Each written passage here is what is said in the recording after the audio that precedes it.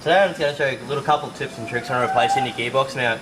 Now the first thing you need to do is, if you know your gearbox mount needs to be replaced, what you want to do is remove your gearbox mount before you order the new one. Have a look at it, get your measurements of it, jump online to onlineautoparts.com.au, do your vehicle search. You'll always find on most cars that there'll be a couple of different options for your gearbox mount. So if you do this prior to ordering, you know you're going to get the right mount. So it's a pretty simple job. You always want to support the gearbox, hold it up. In this case we can use a gearbox stand. Remove all your bolts.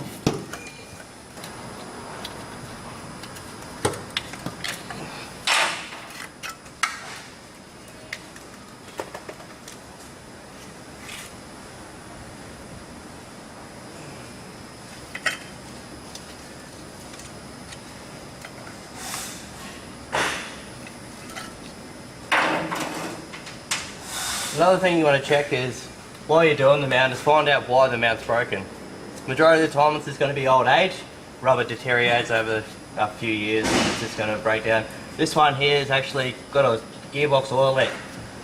So it's pointless replacing this gearbox mount if we're not going to repair that oil leak. It's just going to damage that one. Yep.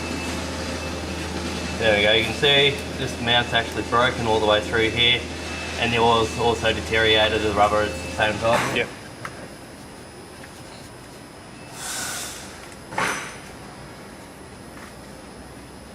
Another thing you want to do is, when you're removing your mount, you want to take notice of which way it comes out.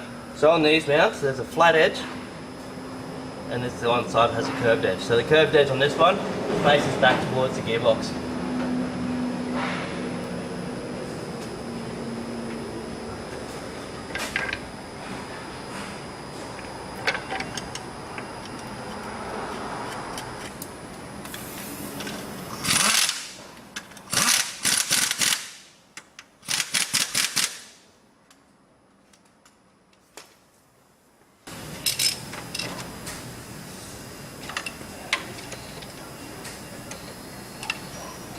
You never want to do any mounts up or any sort of bolts hard up with the rattle gun. Always check it with your ratchet. Make sure they're always nice and firm. Always want to go along, make sure everything's nice and tight before you decide to go for a drive or anything like that.